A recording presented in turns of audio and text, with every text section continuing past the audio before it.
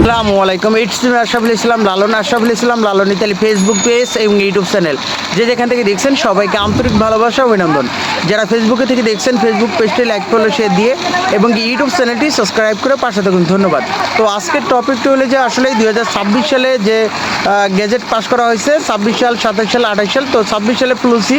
তো এটা আপনারা জানেন যে জানুয়ারির 12 তারিখে এগ্রিকালচার এবং যে স্পন্সর ডোমেস্টিক এটা হলো ফেব্রুয়ারিতে।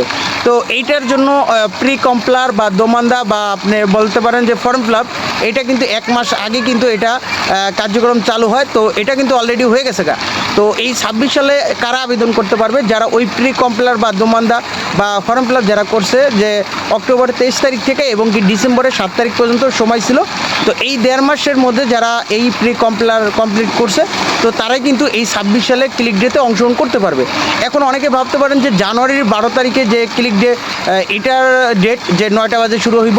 তো এখন এই ক্লিক ডেতে অংশগ্রহণ করার জন্য অবশ্যই আপনার আগে থেকেই প্রি কমপ্লার বা দোমান্দা করে যারা রাখতে পারছে তারাই কিন্তু এটাতে অংশগ্রহণ করতে পারবে।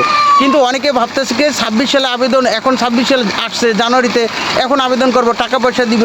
তো এইটা আসলেই অনেক বাংলাদেশের ইতালি ফেসবুক পেজ আছে, তো তাদের কোনো অস্তিত্ব নাই, কিন্তু তাদের নাম অনেক কিছুই নেই, কারণ আপনারা চেনেনও না। কিন্তু তারা এরকমটাভাবে বলতেছে যে এই 26 সালের জন্য আবেদনের জন্য অনেকের কাছ থেকে টাকা পয়সা হাতায় নিতেছে। তো এই জন্যই বলবো, সবাইকে অবগত করব যে আপনারা যারা 26 সালে আবেদন করতে চাইতেছেন অবশ্যই আপনারা সতর্ক থাকবেন। কারণ কি 26 সালে যারা আবেদন করবে অলরেডি তারা কিন্তু প্রি কমপ্লার ওই অক্টোবর 23 তারিখ থেকে ডিসেম্বরের 7 তারিখের মধ্যে করে ফেলছে।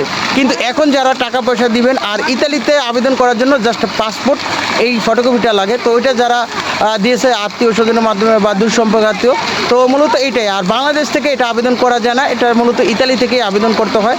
তো এই জন্যই বলবো যে এখন কারো দ্বারা প্রতারণার শিকার হয়েন না, কোনো টাকা পয়সা কোনো দালাল বা কোনো মাধ্যমকে দিয়েন না। এটা আসলে ইতালি সরকারিভাবে গেজেট পাস করা হয়, এই গেজেট অনুসারে এবং কি এই ক্লিক ডে অনুষ্ঠিত হয়। তো এইটার ডেট থাকে, সময় থাকে, এই সময় মতো কাজগুলো করতে হয়। সময় ছাড়া যদি আপনি অন্য টাইমে এইগুলো করেন, এটা কখনোই সম্ভব না। তো এই জন্যই বিগত দিনগুলো 2023 সালে এবং কি 24 সালে ভুক্তভোগীরা তারাও তো এই বিষয়গুলো জানেন।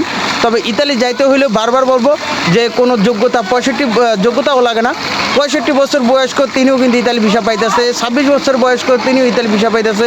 তো এখানে কোনো মেডিকেল টেস্ট লাগে না, পুলিশ ক্লিয়ারেন্স লাগে না, ইতালি ভিসা পাওয়াটা এতটা সহজ।